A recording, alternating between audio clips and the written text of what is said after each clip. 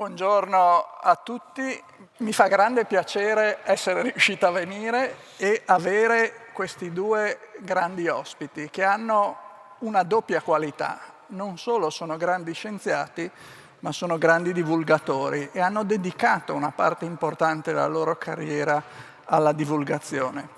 Da questo punto di vista, rispetto alle altre edizioni in cui ho moderato un evento simile, il mio lavoro è molto più semplice, perché molto spesso devo cercare di semplificare quello che gli ospiti vanno a dire al pubblico. Qui sono loro che possono insegnare a me come semplificare. E il tema di cui discuteremo è un tema affascinante, ossia come siamo arrivati a essere quello che noi oggi siamo. Qual è il percorso che ha portato Homo sapiens a essere quello che è. Un percorso che, come vedremo e come abbiamo cercato di dire anche nel titolo, non è stato così semplice come uno potrebbe pensare. L'uomo è derivato dalla scimmia e tutto si chiude lì. Un percorso fatto di tanti fenomeni diversi, fenomeni che in parte ci riguardano anche oggi, ibridazioni, migrazioni, mescolanze, estinzioni e via dicendo. Cercheremo di farlo un po' alla volta e di riuscire a capire anche se quello che siamo stati, siamo riusciti a studiarlo, se è possibile prevedere quello che saremo forse o che vorremmo essere, visto che la nostra specie ha questa capacità unica di riuscire a guidare in maniera decisiva il proprio destino. Iniziamo con Silvana.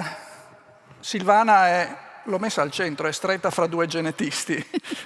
Silvana è una paleantropologa, quindi vorrei che tu iniziassi a raccontarci cos'è la paleantropologia. Allora, la paleantropologia, che viene chiamata anche paleontologia umana, è la disciplina dell'antropologia biologica e fisica che studia l'origine della nostra specie, Homo sapiens, ed è questa disciplina recentissima, perché è nata nel XIX secolo, si può dare anche una data.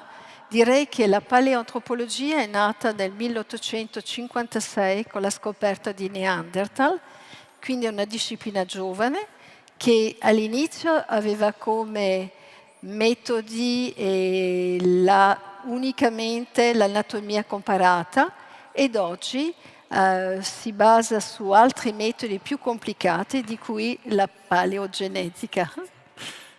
Sì, nel tuo libro in effetti poi racconti, e vi invito a leggere il libro perché è una lettura molto interessante, oltre che anche facile, si legge molto bene il libro e racconta questa storia che abbiamo ricostruito su una delle specie di Homo, che è l'uomo di Denisova. Dicevo, nel tuo libro sottolinei che all'inizio della storia di Denisova c'è stato un contrasto fra gli antropologi e i genetisti, perché per la prima volta una evidenza così importante era stata determinata da soli dati genetici, senza che ci fossero i tradizionali, ad esempio, dati fossili, che sono il punto di forza degli antropologi. Di solito noi, quando scaviamo, anche quando ci sono delle scoperte casuali, quello che si cerca di fare è, in funzione delle nostre conoscenze, di definire i caratteri che sono presenti. Non bisogna dimenticare che i fossili sono delle ossa e dei denti, quindi i caratteri presenti, cercare di metterli in una scaletta evolutiva. E quello che è successo per noi è veramente qualcosa di inabituale. Un pezzettino d'osso ha permesso ai geneticisti di dire che non si trattava di un Homo sapiens, non si trattava di un neandertaliano, che erano le due possibilità possibili per questa grotta, nel quale è stato trovato questo ossicino che aveva 50.000 anni di età. Quindi è stato proprio qualcosa di assolutamente sbalorditivo per i paleoantropologi.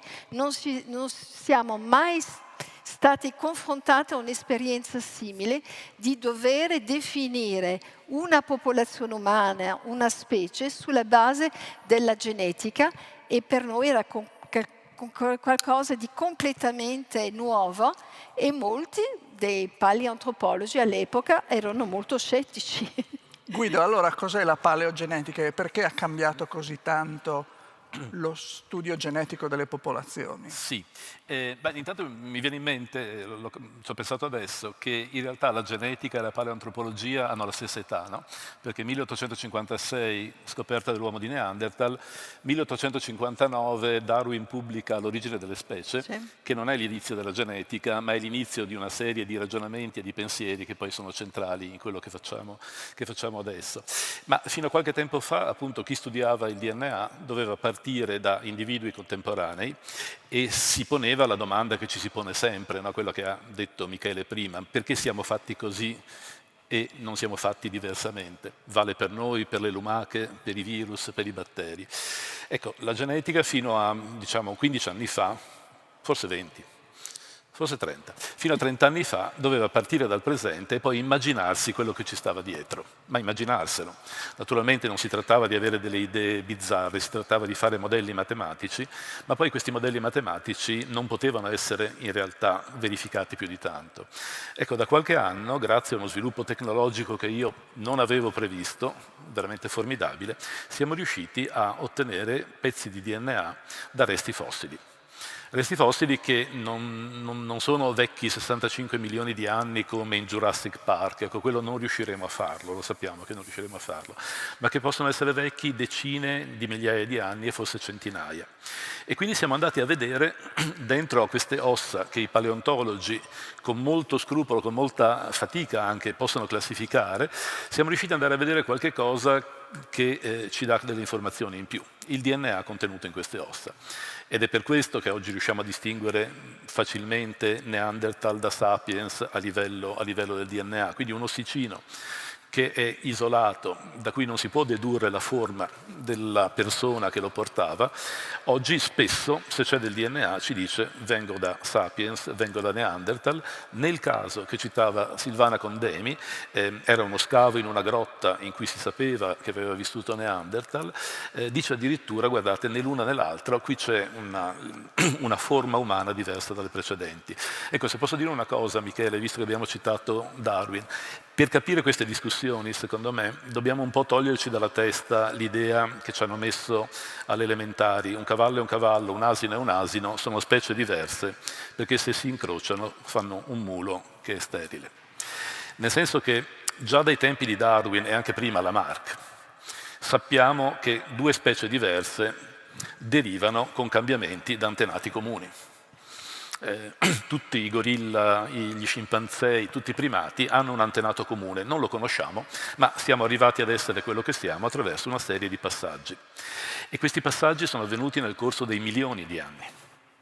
E quindi Darwin dice, e io penso che sia un consiglio saggio: diamo nomi diversi a organismi che riusciamo a distinguere. Chiamiamo pure Neanderthal quelli che hanno il cranio allungato all'indietro, che non hanno il mento, che hanno delle sporgenze sopra gli occhi.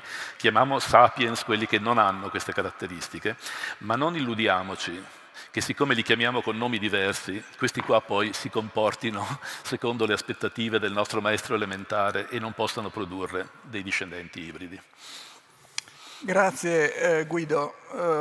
Lo sviluppo della paleogenetica poi è stato accelerato dagli sviluppi nelle tecnologie di sequenziamento, che hanno dato un contributo decisivo a questo campo, perché non è che dobbiamo pensare che quando andiamo a sequenziare DNA estratto da un ossicino vecchio di 100.000 anni troviamo solo DNA dell'ossicino, troviamo tanto altro DNA e quindi è un'analisi molto lunga e costosa, e più siamo capaci di sequenziare velocemente in abbondanza e più facile diventa andare a ripescare dentro tutte queste sequenze quelle che ci interessano.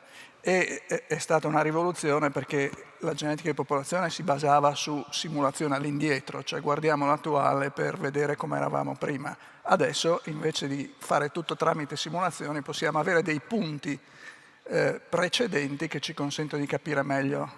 No, se posso fare una piccola obiezione. Allora, le simulazioni all'indietro sono l'unico esperimento che possiamo fare e ci vogliono comunque. è che prima noi le facevamo e le giudicavamo sulla base della loro coerenza. Se questa simulazione all'indietro ci dà dei risultati plausibili, se vediamo che riusciamo col calcolatore a riprodurre quello che abbiamo osservato in natura, allora va abbastanza bene. Adesso abbiamo una verifica in più. Possiamo vedere se siamo riusciti a generare non solo quello che c'è nel presente, ma anche quello che c'era nel passato. Lo dico perché nel mio campo c'è una tendenza a semplificare le cose. Tu tiri fuori tanto DNA, fai dei grafici molto molto semplici e poi sulla base dell'intuizione del ricercatore dici cosa è successo. Questo non è un bel modo di procedere nella scienza e si può fare di meglio.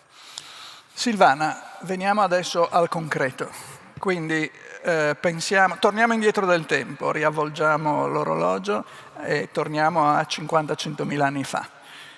Quante specie di Homo c'erano sul pianeta, dove erano distribuite? Allora ce n'erano almeno 5, ma forse anche di più. Dunque c'eravamo già noi, Homo sapiens, siamo originari dall'Africa, e in Eurasia c'erano i famosi neandertaliani, popolazione essenzialmente europea che occupava comunque una piccola parte dell'Asia, nel vicino Oriente e nel sud della Siberia, nell'Altai. C'era questa famosa popolazione nuova che conosciamo dal 2010, che è questa popolazione di Denisova, che occupava tutta l'Asia, e poi c'erano 2 altre popolazioni, 2 altre specie, una scoperta e pubblicata nel 2004, che è originaria di un'isola, che è l'isola di Flores, e un'altra specie originaria di un'isola che è nelle Filippine, l'isola di Luzon, e quindi almeno 5 specie. Ma è possibile che ce ne fossero altre in Africa che non abbiamo ancora trovato, e quello che è interessante è che Neanderthal, Denisova e Sapiens sappiamo che hanno un antenato comune e hanno quindi un paio di caratteri, anche caratteri anatomici, che sono comuni a queste 3 specie. Mentre per la popolazione di Luzon e di Flores sono specie che sono ben diverse dalla nostra. Sono innanzitutto degli omini che sono piccoli, che hanno circa 1 metro, 1,10 m, 1,20 m, e l'origine di queste 2 specie è molto discussa. Si pensa addirittura che sia un'origine molto molto anziana, che può risalire alla prima uscita di popolazione del genere Homo fuori dall'Africa, la popolazione che viene chiamata Homo erectus. E andando in queste 2 isole, con il gioco dell'isolamento, dell'ambiente completamente diverso, della struttura di questa zona che è stata talvolta immersa e talvolta sottomersa dai mari, quindi isolata per molto tempo, queste 2 popolazioni avrebbero derivato e sarebbe successo quello che conosciamo molto bene in biologia, una specie di deriva e di gigantismo o nanismo che si osserva nelle isole. Per esempio in Italia conosciamo degli elefanti nani che si trovavano in Sicilia tanto tempo fa, e qui ci sarebbero stati degli umani che avrebbero derivato verso una popolazione nana. Quindi almeno 5 specie. Grazie. E Guido, la nostra, Homo sapiens, sembra essere derivata da un importante, fondamentale fenomeno di migrazione che dall'Africa ha portato un numero, si ritiene ristretto, di individui a colonizzare poi tutto il resto del pianeta. Vorrei chiederti perché l'Africa e poi siamo proprio così sicuri che veniamo tutti dall'Africa? Perché l'Africa non c'è una risposta, no? È un dato di fatti, i fossili vengono da lì. La volta che ci fanno vedere dei fossili più antichi o altrettanto antichi in un altro continente dovremo rivedere le nostre idee. Sembra difficile che questo succeda, francamente, no? Di solito nel nostro campo le cose sembrano semplici quando ne sai poco, poi più ne sai e più diventano complicate. Quindi mi sembra improbabile che a un certo punto qualcuno trovi il fossile che scombussola tutto. Di fatto, insomma, ci sono state queste condizioni. Ecco, se tu lo chiedessi a Giorgio Manzi, il mio collega paleontologo, ti direbbe che 7 milioni di anni fa è cambiato il clima in Africa, si sono ridotte le foreste e certe creature che non conosciamo, che stavano sugli alberi, in parte hanno deciso di restare sugli alberi e sono diventati i scimpanzé, altri sono scesi e lì è cominciata tutta un'altra storia. Però questo è un passato molto, molto remoto. Sapiens, ho chiesto un'informazione a Silvana prima perché ci sono dati contrastanti. Sapiens possiamo continuare a dire che dà le prime prove di sé 200.000 anni fa in Africa orientale. E da tutti i conti che facciamo noi genetisti si capisce che, come tutte le altre forme umane, è stato vicino ad estinguersi anche Sapiens. Nel senso che noi non possiamo contare quanti fossero, non abbiamo abbastanza dati per questo, ma se nei nostri calcoli mettiamo che erano da 1.000 a 10.000 in tutto, i conti tornano. Quindi è difficile che fossimo molti di più. E se ci sono 10.000 panda, noi diciamo che il panda è vicino ad estinguersi, quindi anche noi eravamo in quelle condizioni. Ci è andata bene, forse per le grandi capacità di spostamento che aveva non solo la nostra specie, tutto il genere Homo. Si parla spesso, no, di radici nel discorso sociale e comune. In realtà le radici servono alle piante per stare fermi, noi avevamo le gambe e siamo riusciti a esplorare un sacco di ambienti diversi. In alcuni abbiamo avuto scarso o nullo successo, ma negli altri invece abbiamo prosperato. E questo lo dicono soprattutto gli studi paleontologici, archeologici e un po' anche quelli di genetica. E quali sono le conseguenze genetiche del fatto che tutti i non africani sono derivati dall'Africa? Beh, allora, cosa può essere successo? Lì, sai, dipende un poco dal modello che ti metti in testa. Questo forse non è evidente a tutti, no? I dati, anche dati molto solidi come quelli che produce la genetica adesso, da soli non ci parlano.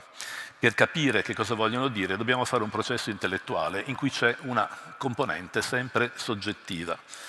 Non sto dicendo che gli scienziati possono dire qualunque cosa e va tutto bene, sto dicendo che se vi mettono qua davanti tutte le ossa della paleontologia umana o tutti i dati genetici, poi l'operazione di collegamento è comunque un'operazione intellettuale. E a seconda del modello che scegliete potete prenderci di più o di meno. È un lavoro lungo, è un lavoro faticoso, spesso su di noi abbiamo... Ma questa è la prassi della scienza, no? Partire da ipotesi semplici e poi complicarle. Siamo partiti da un'idea abbastanza banale, cioè che ogni gruppo umano si sia isolato dagli altri e poi o si è estinto oppure ha avuto successo. Forse oggi si può cominciare a pensare le cose in maniera un pochettino più complessa, o perlomeno ci sono dei dati che da un lato chiariscono alcuni punti oscuri del passato e dall'altro aprono nuovi orizzonti. Adesso non so, Michele, quanto voglia che io approfondisca volevo questo tema. solo ricordare che una delle conseguenze è che le popolazioni africane sono più variabili di qualsiasi popolazione non africana. Il messaggio è questo: dal punto di vista genetico le popolazioni non africane contengono un campionario della variabilità africana più alcune cose che si sono generate per un processo che comprendiamo bene di mutazione nelle singole località. Il risultato è che se prendete due esseri umani a caso, anche in continenti lontani, la differenza fra i due è dell'ordine del 2 per 1000 di tutto il complesso del DNA. Mentre per gli scimpanzé è 10 volte più grande. Questo non vuol dire che il 99,8% del DNA sia tutto identico.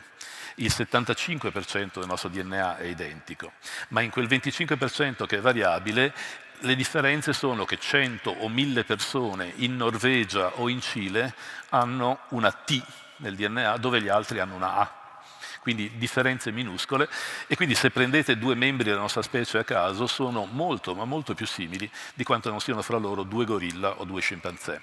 Il che è il contrario di quello che verrebbe da pensare, perché noi sappiamo che c'è una relazione fra quanti siamo e quanto siamo diversi fra di noi. E l'unica interpretazione possibile di questo risultato è che gorilla e scimpanzé un tempo erano tanti e adesso sono rimasti pochi. Noi invece siamo stati a lungo pochi o pochissimi e solo in tempi recenti siamo diventati 8 miliardi. Silvana, quindi un nucleo sembra limitato di individui appartenenti alla specie Homo sapiens esce dall'Africa, sembra che sia andato prima verso la penisola arabica e poi da lì, seguendo strade diverse, ha colonizzato sia l'Europa che l'Asia. E durante questo percorso ha incontrato le specie che già c'erano. Sulla strada ha incrociato altre umanità e con queste altre umanità talvolta si è mescolato, ci sono degli ibridi. Allora, dal punto di vista della paleontologia umana è molto difficile, quando si trovano dei fossili, dire se sono degli ibridi. È sempre una discussione che abbiamo avuto per decine e decine di anni, per esempio per i fossili che arrivano subito dopo la scomparsa di Neanderthal in Europa. Ma oggi, grazie alla genetica, possiamo dire che siamo sicuri, o almeno Guido potrà intervenire tra poco, per dire che questo Sapiens, lungo il suo cammino, lungo il suo percorso, prima verso l'Asia, poi verso il nord e verso l'Europa, ha incontrato altre umanità. Allora ne abbiamo delle prove. Allora, per esempio, nella famosa grotta di cui si parlava, di Denisova, quello che è interessante è che abbiamo due prove dirette. Una addirittura con un piccolo osso, che è piccolo, fa neanche 2,5 cm, così piccolo che noi paleoantropologici non possiamo dire se è un pezzo di braccio, di gamba, sappiamo che è soltanto un osso lungo, ma piccolissimo, e questo osso è stato studiato dal punto di vista genetico, e dunque il DNA mitocondriale diceva che era neandertaliano. E il DNA nucleare diceva che aveva una quantità uguale di DNA di Neanderthal e di DNA di Denisova. E quindi, secondo dei calcoli, è stato deciso che questo era un ibrido tra una donna neandertaliana e un uomo denisoviano. Quindi abbiamo una prova concreta, però qual era l'aspetto di questo fossile? Non possiamo dire niente, un pezzettino di ossa che non ci può dire ha ereditato dalla madre Neanderthal la faccia o dal padre un altro aspetto, i molari molto grossi di questo gruppo umano, non possiamo dirla. E nella stessa grotta sono stati fatti con delle tecniche che sono, dal mio punto di vista, abbastanza rivoluzionarie, perché 20 anni fa non si facevano. Si è cercato proprio nei sedimenti del DNA ed è possibile in questa grotta di avere una stratificazione di livelli occupati da uomini di Neanderthal, livelli occupati da uomini di Denisova, e quindi sappiamo che questa grotta è stata occupata da neandertaliani, da denisoviani, e quindi era chiaro che vivevano vicino e si dovevano incontrare, si sono mescolati. Allora, oggi sappiamo che nella nostra specie, gli europei e gli asiatici contengono una piccolissima percentuale di DNA neandertaliano e sono solo gli umani attuali asiatici che hanno una piccola percentuale che varia a seconda delle zone di DNA di denisoviani. Quindi vuol dire che questi incontri sono stati fatti, gli africani non hanno né neandertaliano né denisoviano, quindi questo vuol dire che questo DNA è stato acquisito dopo l'uscita principale dall'Africa intorno ai 50.000 anni. Sì, per darvi un'idea, se noi colorassimo i cromosomi di un umano con il rosso per il DNA di Sapiens e il blu per il DNA di Neanderthal, voi vedreste che il cromosoma è in larga parte rosso e poi ha dei piccoli segmenti blu. E nell'uomo asiatico vedremo anche un terzo colore, che è quello corrispondente al DNA di Denisova. Quello che Neanderthal e Denisova ci hanno lasciato ci serve a qualcosa o no? Ci sono esempi del perché è rimasto e che funzioni può aver svolto durante l'evoluzione della nostra specie? Allora, per i neandertaliani abbiamo molti più dati. Allora, sappiamo che ci sono delle zone del DNA di Neanderthal che non sono state per niente trasmesse. Per esempio non c'è niente sui cromosomi sessuali nell'umanità di oggi. Ma sappiamo che alcuni geni che sono implicati nella consistenza della pelle, la cheratina, il metabolismo dei grassi, possono venire dai neandertaliani. Allora, avete forse visto nella stampa dei giornali, talvolta si vede il diabete e viene da Neanderthal. Cioè in realtà è una semplificazione, è che i geni che sono implicati nel metabolismo dei grassi, alcune varianti che possiamo avere noi umani vengono da Neanderthal e dovevano essere utili al Neanderthal e utili ai primi sapiens. Ma certo che questi primi sapiens non mangiavano tutti gli zuccheri che mangiamo, avevano delle attività fisiche, quindi non è che tutto quello che abbiamo ereditato è oggi qualcosa di negativo. Sappiamo per esempio che durante questa famosa epidemia che c'è stata di Covid-19, una certa variante di alcuni geni, 6, sul cromosome 3, che vengono dai Neanderthal, provocavano in Sapiens delle forti reazioni infiammatorie.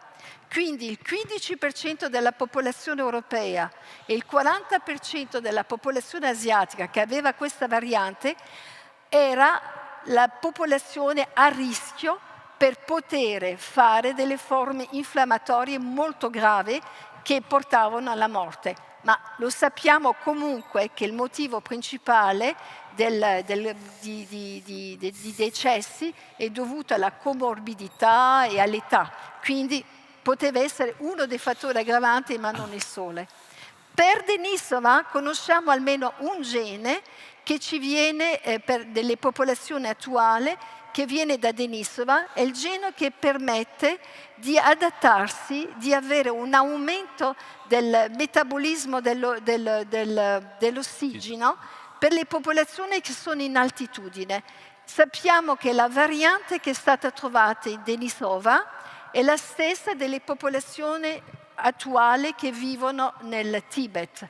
Quindi c'è una buona idea che questo, miscuglio, che questa ibridazione sia stata favorevole, ed è possibile che ci sono altri geni, ma professore Barbugliani non è proprio d'accordo al 100%. Prima di passare a Guido ricordo che ad esempio questo lavoro che ha citato Silvana, che ha portato a identificare la variante che predispone alle forme più gravi di Covid, è un lavoro che è stato fatto in tempi rapidissimi, sì, da Svante Pääbo, che è stato forse il padre della paleogenetica e che per tutto questo insieme di scoperte ha ricevuto nel 2022 il premio Nobel per la medicina, una figura chiave in tutto quello di cui stiamo discutendo, che poi ha anche trovato che da Neanderthal abbiamo anche ereditato il principale fattore di protezione contro Covid.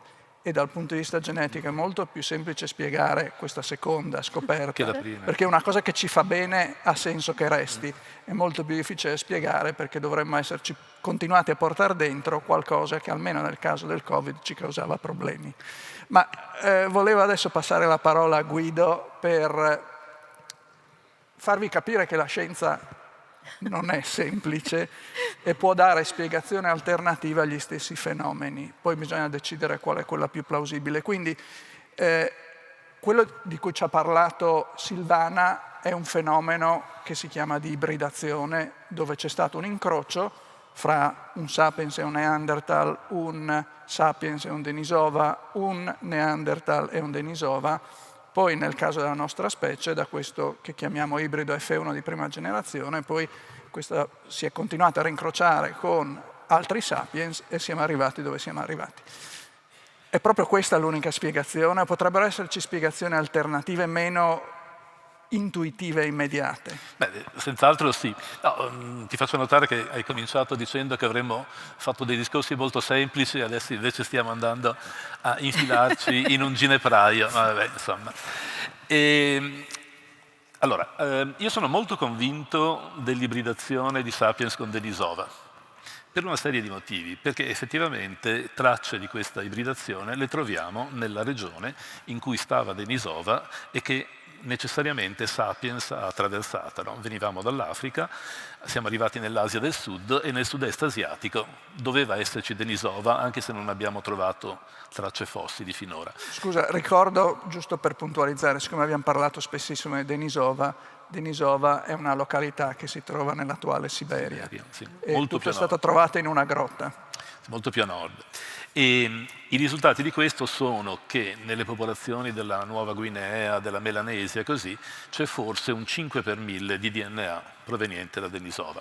Quindi stiamo parlando di piccole quantità di DNA che però, come diceva Silvana, a proposito della sopravvivenza in regioni dove c'è poco ossigeno, possono aver giocato a nostro favore. Quindi su questo ragionamento non mi vengono dei dubbi.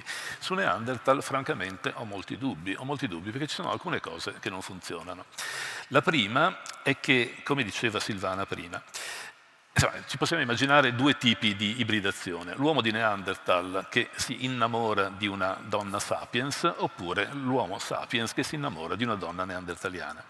Nel primo caso i loro discendenti ibridi e i discendenti dei discendenti dovrebbero avere un cromosoma Y neandertaliano. Abbiamo studiato milioni di esseri umani contemporanei, questo cromosoma Y neandertaliano non l'abbiamo mai trovato. Allora forse era una donna neandertaliana che o più donne neandertaliane che si sono innamorate di Sapiens, e vale lo stesso discorso, dovremmo avere un tratto del DNA che si chiama DNA mitocondriale, trasmesso per via femminile, e in milioni di donne Sapiens studiate finora non ce n'è neanche uno. Per spiegare questo strano risultato, Svante Pääbo, persona che io stimo moltissimo e che secondo me si è meritato il premio Nobel per la medicina e fisiologia, anche se da italiano mi sarebbe piaciuto che l'avesse vinto anche Luca Cavalli Sforza qualche anno prima, ugualmente meritevole, ma è andata così, insomma, non facciamo i tifosi. Svante Pääbo e i suoi propongono che ci sia un meccanismo di selezione contro l'Y neandertaliano e il mitocondriale neandertaliano, non in Neanderthal ma negli ibridi. È un'ipotesi sostanzialmente impossibile da dimostrare. Come si fa a dimostrarla? Ci vorrebbe uno di questi ibridi e chiedergli come si sente e vedere come vanno avanti le cose. È quella che i filosofi chiamano una spiegazione ad hoc. Non è detto che sia sbagliata, però mi sembra un po' cervellotica.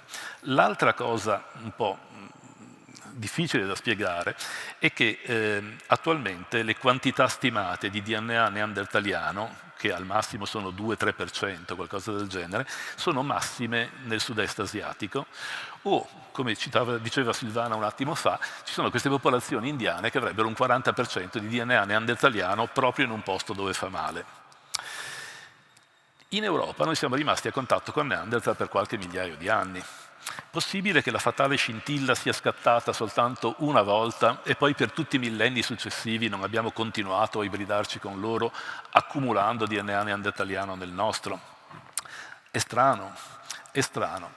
Questi dubbi io li esprimevo in maniera confusa, ho provato a scrivere un articolo teorico che mi è stato bocciato da alcune prestigiose riviste, ma adesso quest'anno è uscito uno studio molto bello di simulazione di Lunesh Shiki, che è un ricercatore francese che lavora in Portogallo, che è passato anni fa per il nostro laboratorio a Padova, che dimostra che in realtà se uno fa un modello un po' più complesso della nostra interazione con Neanderthal non c'è bisogno dell'ibridazione per spiegare quello che è successo. Se posso esprimermi con un esempio un po' grossolano, noi sapiens assomigliamo più agli scimpanzé che ai canguri, su questo credo saremo tutti convinti, esattamente come i non africani assomigliano ai Neanderthal un po' più degli africani. Una possibilità è che noi ci siamo ibridati con gli scimpanzé. Io non credo che sia andata così.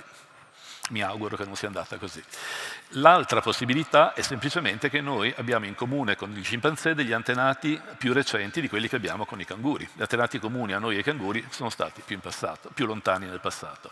Ecco, se costruiamo un modello in cui una parte di Sapiens ha un antenato comune con i Neanderthal più recente del resto dei Sapiens africani, ecco che tutti i conti tornano senza bisogno di ibridazioni. Non sto dicendo che non è mai successo, sto dicendo che con i dati che abbiamo Entrambe le ipotesi mi sembrano funzionare. E forse c'è stato un po' di fretta, perché adesso va così, no? Noi genetisti, Michele può testimoniarlo, eravamo frustrati perché fino a qualche anno fa i neuroscienziati erano molto più prestigiosi di noi, facevano i titoli sui giornali, adesso che parlano di noi non ci tiriamo indietro e a volte facciamo delle dichiarazioni che vanno un pochino al di là di quello che la scienza ha dimostrato. Bene, allora abbiamo parlato di evoluzione, abbiamo parlato di ibridazione, abbiamo parlato di estinzioni, perché è chiaro che le altre specie non sapiens di cui ci ha parlato Silvana non le abbiamo più sul pianeta e quindi si sono estinte. Potremmo chiamarle scarti, rifacendoci al titolo del festival di quest'anno. Però come avete visto è come il maiale, non si butta via niente, perché poi alla fine anche di queste specie c'è rimasto qualcosa dentro. Speriamo cose buone, non cose cattive. Ma volevo con te, Guido, toccare poi il tema delle migrazioni, che oggi è un tema di grandissima attualità. Tu ti sei occupato molto di capire le migrazioni della specie Homo sapiens in tempi recenti e l'evoluzione della nostra specie è stata caratterizzata da tanti flussi migratori ed è stata caratterizzata anche da alcune varianti che in tempi molto recenti sono state selezionate in gruppi specifici per consentirgli di adattarsi meglio all'ambiente in cui vivevano. Pensiamo ad esempio alla capacità di nutrirci di latte e derivati, che dipende dalla persistenza della lattasi, pensiamo al colore della pelle per tutta una serie di popolazioni. Ci puoi raccontare qualcosa su come guardare a questi fenomeni? Sì, intanto è chiaro che il quadro che ci siamo fatti è un quadro incompleto. Ce lo facciamo sulla base di quello che ci dicono paleontologi e archeologi, insomma le ipotesi su come si sia spostata la gente vengono generate da loro che dicono guarda abbiamo trovato certi oggetti in un certo posto, certi oggetti in un altro tempo, in un altro posto, è possibile che ci sia stata una migrazione oppure anche no, è possibile che ci sia stato un fenomeno culturale per cui nel secondo posto hanno copiato le cose che facevano nel primo. Da un punto di vista genetico a questo dubbio si può dare una risposta, perché si può vedere se i due gruppi sono in continuità genetica oppure no. E quindi abbiamo ricostruito in parte l'uscita dall'Africa, non ci è andata bene al primo tentativo, questo ce lo dicono loro, no? Ci sono delle tracce di colonizzazione per esempio della regione del Carmelo in Israele, Shkule Kafze, in cui ci sono degli scheletri di Sapiens e successivamente di Neanderthal, per cui ci abbiamo provato ma alla fine è andata bene a loro. Ma quando ci siamo sparsi in tutto il mondo siamo arrivati a colonizzare tutto il vecchio continente, una parte dell'Australia e poi siamo arrivati a piedi nelle Americhe circa 20.000 anni fa, a piedi perché il livello del mare era più basso di adesso, mentre per colonizzare l'Oceania bisognava saper navigare e quindi le isole del Pacifico le abbiamo raggiunte intorno a 3.000 anni fa. Quindi insomma, guerra di Troia, fondazione di Roma, eravamo in quel periodo lì. E secondo un grande archeologo inglese, Colin Renfrew, però, la cosa più importante che abbiamo mai fatto è stata quella di passare dalla caccia e raccolta alla produzione di cibo, con l'agricoltura e con l'allevamento. Un passaggio così cruciale che segna la linea che divide la vecchia età della pietra, il Paleolitico, da una nuova età della pietra, il Neolitico. Ecco, il Neolitico comincia dove si cominciano ad addomesticare le piante e gli animali. E grazie al lavoro di un grande genetista russo, Nikolai Vavilov, la cui storia sarebbe interessantissimo rievocare, noi sappiamo che la domesticazione delle piante è avvenuta a partire da 8 centri, che oggi chiamiamo centri di Vavilov, e da lì si è diffusa. Come si è diffusa? Può essersi diffusa per imitazione, no? Io vedo quello là che coltiva le cipolle, cerco di farmi dare qualche seme, magari glielo rubo, provo a coltivare il mio campo, funziona, e quello che sta un pochettino più in là, vede come faccio io e comincia a farlo anche lui. Questo è un processo di trasmissione culturale. Oppure può darsi che chi coltiva i campi abbia un tale successo che ha bisogno di ulteriori terreni da coltivare e quindi si espande sempre di più. Naturalmente questi sono due schemi e la realtà starà da qualche parte in mezzo. Ecco, grazie al lavoro di Luca Cavalli Sforza, il più grande genetista italiano, noi sappiamo fin dagli anni 70 del secolo scorso, quindi da ben prima della rivoluzione che ha portato a grandi quantità di dati genetici affidabili sul DNA, sappiamo che in Europa almeno, a partire dalla mezzaluna fertile, l'agricoltura si è diffusa sulle gambe degli agricoltori. Che quindi la grande quantità di cibo prodotta, che in sé per sé non era della stessa qualità di quello precedente. Silvana ci dirà che i cacciatori che c'erano prima mangiavano meglio, erano più sani, avevano meno mal di denti, non avevano la malaria, tutta una serie di cose. Però la grande quantità di cibo prodotta porta la popolazione a crescere perché i bambini arrivano più facilmente all'età riproduttiva. E questa crescita di popolazione mette in moto una diffusione dei geni dei primi contadini anatolici in tutta Europa. Quindi se ci chiedete dove stavano i nostri antenati 10.000 anni fa, noi che siamo del sud dell'Europa possiamo dire oltre metà di loro stava in Anatolia, mediamente, qualcuno di più, qualcuno di meno, a seconda delle persone. E lì succedono le cose di cui parlava Michele, la capacità di digerire il latte. E sapete tutti quanti, no, che fino allo svezzamento tutti quanti digeriamo il latte, ma poi alcuni di noi diventano intolleranti. E questo perché c'è un gene indispensabile per la digestione del latte che a 3-4 anni si spegne. Prima che cominciassimo l'allevamento dei bovini e degli ovini, era vantaggioso che il gene si spegnesse perché risparmiavamo energia. Ma dal momento in cui c'è a disposizione il latte, c'è un vantaggio a poter digerire il latte, a poter mangiare il formaggio o il burro o quello che facevano nella preistoria, perché con le diete molto modeste di cui si disponeva, una risorsa alimentare in più è fondamentale. E quindi da quel momento in poi chi aveva il gene sbagliato, un gene che non si spegne al momento giusto, d'improvviso ha avuto un vantaggio rispetto agli altri e questo gene si è diffuso. Ma si è diffuso sulla gamba dei migranti. Questi migranti sono arrivati nel nord Europa, dove quasi tutti digeriscono il latte, non sono arrivati per esempio in Asia, e infatti nei ristoranti cinesi non trovate il formaggio, trovate il tofu e anche in quelli giapponesi. Sto parlando tanto, quindi non so se vuoi che parli anche del colore della pelle, questa è l'ultima cosa. Un accenno rapido anche al colore della pelle. No, non lo faccio rapido, però allora dopo mi taccio e lascio la conclusione, perché questo è il lavoro che stiamo pubblicando adesso, insomma, siamo arrivati. No, il colore della pelle, dei capelli, degli occhi dipende da tanti geni, non da uno solo, e quindi è difficile ricostruirlo, ma ci sono dei sistemi usati dalle polizie scientifiche, per esempio, che trovano dei reperti e ti dicono guarda il tale che ha lasciato questa chiazza di sangue, ammesso che non fosse la vittima naturalmente, aveva la pelle di questo colore, gli occhi di questo colore, i capelli di questo colore. Ci abbiamo messo un tocco di statistica dentro, siamo riusciti a renderlo un po' più sofisticato associando i vari colori di capelli e di pelle a delle probabilità. Quindi possiamo anche misurare il livello di incertezza. E abbiamo raccolto dati sul DNA degli europei dal Paleolitico fino all'età del ferro. Venivamo dall'Africa e quindi era logico aspettarsi che i primi cacciatori e raccoglitori europei avessero la pelle scura. Questo lo si sa da un po' di tempo.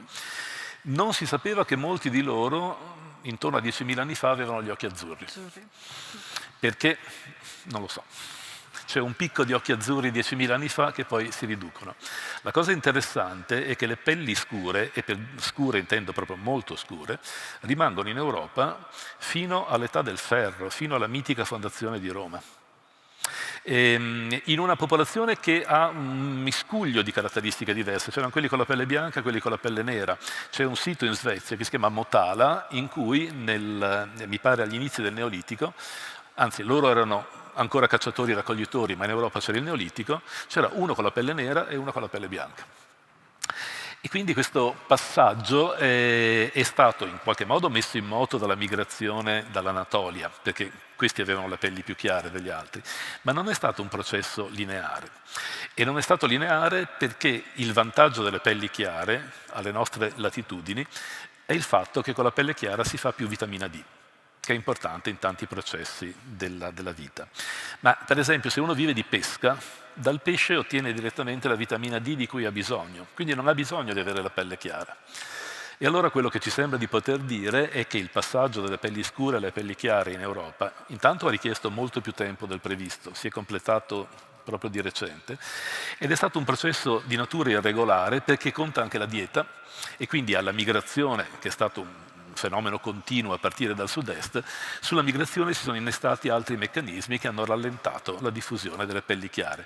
Quindi questa caratteristica che sembra così come dire, identitaria per noi europei è un'acquisizione recente in realtà. Fino a poco tempo fa non era detto che gli europei fossero quelli con la pelle chiara.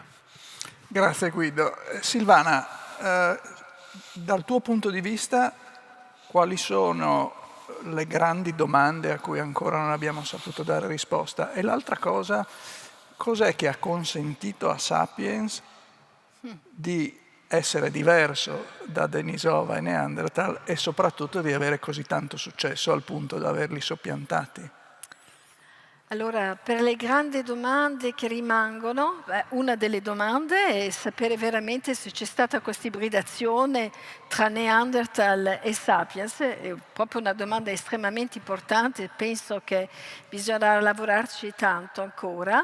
E poi dal mio punto di vista, adesso sappiamo che c'era questa grande popolazione di Denisova in tutta l'Asia. Sappiamo che ci sono dei denti in questa grotta dell'Altai, sappiamo che c'è una mezza mandibola nel Tibet, sappiamo che c'è un dentino nel Laos e un'altra piccola mandibola vicina a Taiwan, ma bisognerebbe avere l'aspetto completo di quest'uomo, di questa popolazione. Quindi il lavoro che noi paleoantropologi stiamo facendo è ritornare sugli scavi che sono stati fatti, ristudiare tutti questi resti umani che sono stati trovati da 40 anni, soprattutto in Cina, e cercare, sulla base di quello che sappiamo che ci dice la genetica, sulla base dell'occupazione di questi due siti che conosciamo molto bene, della grotta di questa popolazione di Denisova, cercare di capire qual era l'aspetto fisico, come vivevano queste popolazioni, quali erano le loro differenze rispetto a Neanderthal e le differenze rispetto al Sapiens. Questa è una grande... Posso chiederti una cosa io? Perché una cosa che mi colpisce di questi scavi è che hai detto tu, no, che Denisova potrebbe essere derivato da Homo erectus. Homo erectus è più antico, quindi uno si immaginerebbe che si fosse conservato meno di quelli più recenti, però di erectus abbiamo vari scheletri e di Denisova invece pochissimi. Allora, io penso che molti di questi Homo erectus che sono stati trovati, perché prima della scoperta di questa popolazione, tutto il popolamento dell'Asia era Homo erectus, che si chiamava in tanti modi. Homo erectus antico, Homo erectus senso stretto, in senso largo, Homo erectus vedi sapiens, per dire che c'era proprio un'evoluzione di questo Homo erectus tra 1,3 milioni e 100.000 anni. Secondo me molti di questi fossili che i nostri colleghi cinesi hanno classificato come Homo erectus non sono degli Homo erecti, sono dei denisoviani, e ho un esempio che è veramente molto chiaro per me, è il famoso fossile di Dalì, che quando è stato pubblicato alla fine degli anni 70 era così diverso dall'Homo erectus per eccellenza, quello che i cinesi prendono sempre esempio, il famoso sinantropo, che l'hanno chiamato Homo erectus sapiens, per dire a che punto non era più un erectus. E secondo me questo fossile, che ha circa 250.000 anni, è proprio la base di questa popolazione che si differenzia in tutta l'Asia e che darà questa grande popolazione. Allora, per la seconda domanda, è una domanda molto difficile. Perché siamo diventati quelli che siamo diventati noi sapiens? Perché abbiamo sopravvissuto? Perché non è Neanderthal che ha sopravvissuto e Sapiens che è scomparso quando è uscito dall'Africa? È una domanda a cui cerchiamo di riflettere. Allora, quello che sappiamo, ci sono dei dati. Sappiamo che Sapiens ha una fertilità estremamente importante rispetto alle altre popolazioni. Per esempio, anche voi della genetica ci dite che la diversità genomica di Neanderthal era veramente molto molto ridotta, che c'era un effettivo di popolazione che era molto piccolo. Quindi apparentemente questi neandertaliani hanno vissuto a lungo in Europa, ma non sono mai stati capaci di avere delle demografie importanti al punto di conquistare l'Africa, che era lì vicino, o l'Asia, a parte la parte proprio limitrofe con l'Europa. Secondo me il fattore demografico è legato a un altro fattore che conosciamo molto bene delle popolazioni più recenti. Le popolazioni con un grande effettivo sono le popolazioni in cui ci sono molte innovazioni. Sappiamo che le innovazioni non succedono mai nelle popolazioni con piccoli effettivi, perché c'è proprio quasi una regolazione interna. Innovare quando si è una piccola popolazione vuol dire prendere molti rischi e poter scomparire. Quindi secondo me la fertilità, l'aumento della popolazione ha portato a un aumento importante dell'innovazione, delle collaborazioni all'interno di questa popolazione di sapiens, e quello che vediamo veramente è che c'è proprio una crescita esponenziale dell'innovazione che va con la crescita esponenziale del popolamento. È l'unica spiegazione razionale che posso trovare. Ma poi rimane un po' di mistero che dobbiamo scoprire. Linguaggio?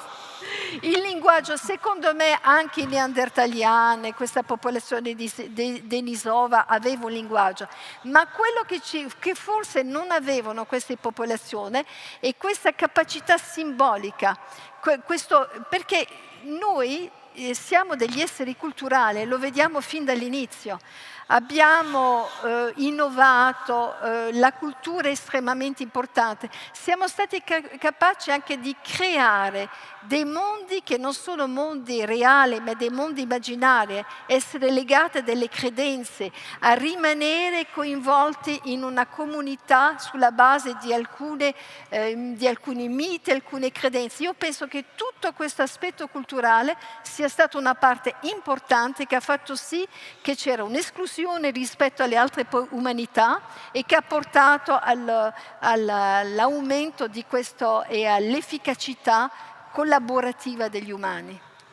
Intanto voglio ringraziare tantissimo Silvana, perché pur essendo francese ha accettato di parlare in italiano sì. E come sentite parla un ottimo italiano sì. Per via della sua origine. Allora, se siete d'accordo, direi di sentire se ci sono domande dal pubblico. Sì. Riguardo al linguaggio, riguardo alle popolazioni più antiche, i pre-sapiens, i pre-neanderthal, faccio fatica a pensare che uomini che producevano certi strumenti in selce o in pietra scheggiata non conoscessero la parola. Penso ad esempio ai bifacciali, alle amigdale, che si facevano già 1,5 milioni di anni fa in Africa.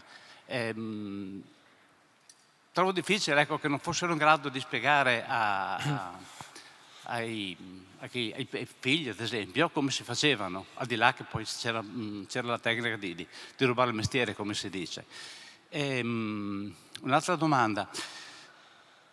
La dottoressa diceva che i Neanderthal non avevano l'immaginario che hanno i Sapiens, è vero. Però è vero anche che sia i Neanderthal e anche le popolazioni precedenti producevano queste amigdale che hanno forma particolare, sono simmetriche ed hanno probabilmente una forma che va oltre la funzionalità.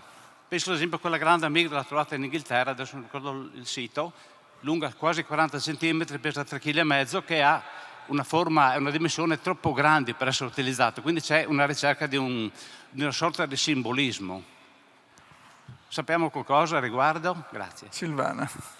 Allora penso che è chiaro che c'era un modo di comunicare in queste umanità che non esistono più, comunicavano tra di loro per la vita quotidiana, per fare dei strumenti litici. È chiaro che c'era una forma di comunicazione. Abbiamo anche degli oggetti in cui si vede che sono stati fatti da principianti che non sono completamente di buona fattura. Ma secondo me si confonde spesso comunicazione e linguaggio. Il linguaggio mi sembra essere qualcosa di un pochino più diverso, perché possiamo comunicare sulla vita quotidiana, sui bisogni quotidiani, ma avere un linguaggio simbolico è qualcosa di altro. Immaginare il mondo, essere in questo mondo, capire il mondo e interpretarlo è una cosa diversa e chiede un immaginario che senz'altro i neandertaliani potevano avere, ma che era diverso da quello di Sapiens. Quindi non dico che non erano capaci di fare dei strumenti che il problema della simmetria, le amidale effettivamente sono simmetriche, ma se ci guardiamo abbiamo un corpo simmetrico, quindi non è una cosa così strana di fare degli oggetti simmetrici. Sì, ricordo che la comunicazione non è solamente verbale. Abbiamo tante forme di comunicazione non verbale che possono essere piuttosto efficaci, quindi questo della insorgenza del linguaggio è un problema a cui i genetisti si sono dedicati, fra l'altro in primis Svante Pääbo, senza però trovare una soluzione soddisfacente su qual è l'evento genetico che ci ha consentito di sviluppare. Se posso dire una cosa, quando è stato pubblicato il DNA dello scimpanzé, il genoma dello scimpanzé, l'idea era: noi abbiamo il linguaggio, loro no, andiamo a cercare geni che noi abbiamo e loro non hanno, saranno i geni del linguaggio. Non si è arrivati da nessuna parte con questo approccio, ma l'anno scorso è uscito uno studio molto ampio su 250 specie di vertebrati, che si chiamava zoonomia, in cui hanno fatto i loro genomi con grandissima precisione e salta fuori che tutti quanti, tranne Sapiens, hanno dei piccolissimi pezzetti di DNA, ma lunghi 2 o 3 basi, che noi abbiamo perso. Strano. E fino a qualche tempo fa, fino a che non si erano letti per bene questi genomi, si pensava che fossero errori di sequenziamento e quindi non gli si dava alcuna importanza. Ora, per alcuni di questi si è visto che se noi riproduciamo la situazione degli scimpanzé, dei coccodrilli, di tutti questi altri vertebrati in cellule nervose umane, si rallenta lo sviluppo di queste cellule. Quindi può darsi che un'accelerazione allo sviluppo neurale, con tutte le conseguenze che si possono immaginare, sia dovuta non tanto al fatto che noi sapiens abbiamo qualcosa in più, ma abbiamo qualcosa in meno. Abbiamo perso dei pezzetti che in qualche modo impedivano al tessuto nervoso di proliferare in maniera efficace. Però questa è una cosa ancora all'inizio, quindi può darsi che il futuro ci riservi altre sorprese. Abbiamo ancora 5 minuti e consentitemi di fare a me una domanda ai nostri due magnifici ospiti, che è un qualcosa che mi preoccupa. Sapiens ha avuto tanto successo, è riuscito a compiere uno sviluppo tecnologico imponente che gli permette di studiare il proprio passato, come abbiamo sentito per l'ultima ora, ma oggi ha anche la possibilità di guidare il proprio destino da un punto di vista genetico. Oggi si parla di interventi di editing sugli embrioni e si parla un po' meno di qualcosa che forse è più pericoloso, anche perché adesso ne parlano molto negli Stati Uniti i fautori del pronatalismo, che è quello di selezionare gli embrioni prima dell'impianto in base a una serie di caratteristiche che potrebbero renderci, secondo alcuni, più adattati all'ambiente in cui viviamo. Ecco, voi come vedete queste opzioni? Dove pensate che potremo andare a finire?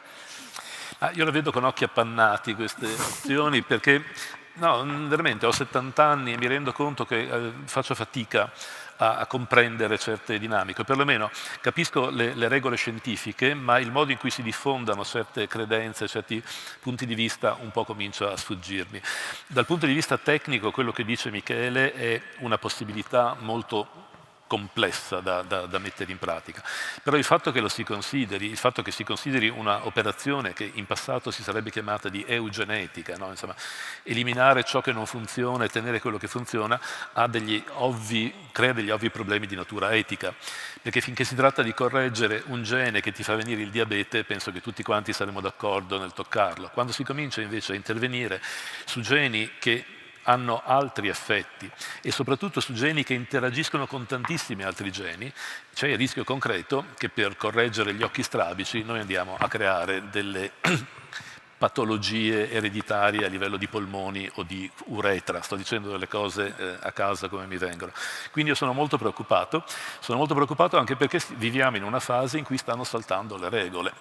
Cioè stanno saltando le regole non solo della convivenza pacifica, della risoluzione dei conflitti fra stati, ma stanno saltando i finanziamenti americani al centro per il controllo delle malattie di Atlanta, stanno saltando delle regole che fino ad adesso, bene o male, ci avevano permesso perlomeno di definire una strada principale della scienza e chi si pone al di fuori di questa strada ne subisce le conseguenze. Vedo molto indebolite questa possibilità di controllo su quello che fanno gli scienziati.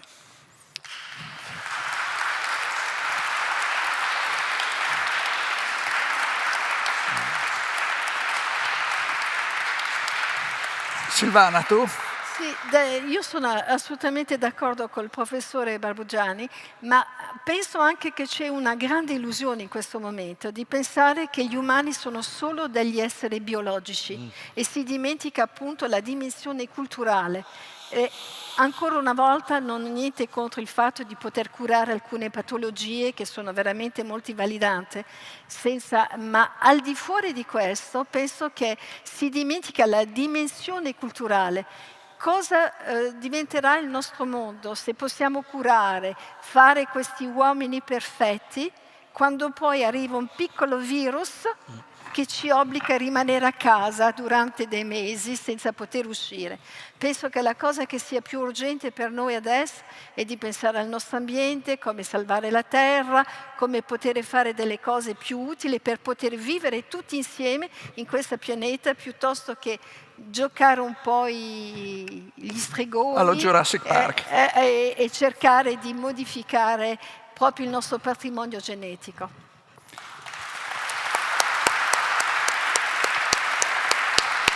Mm.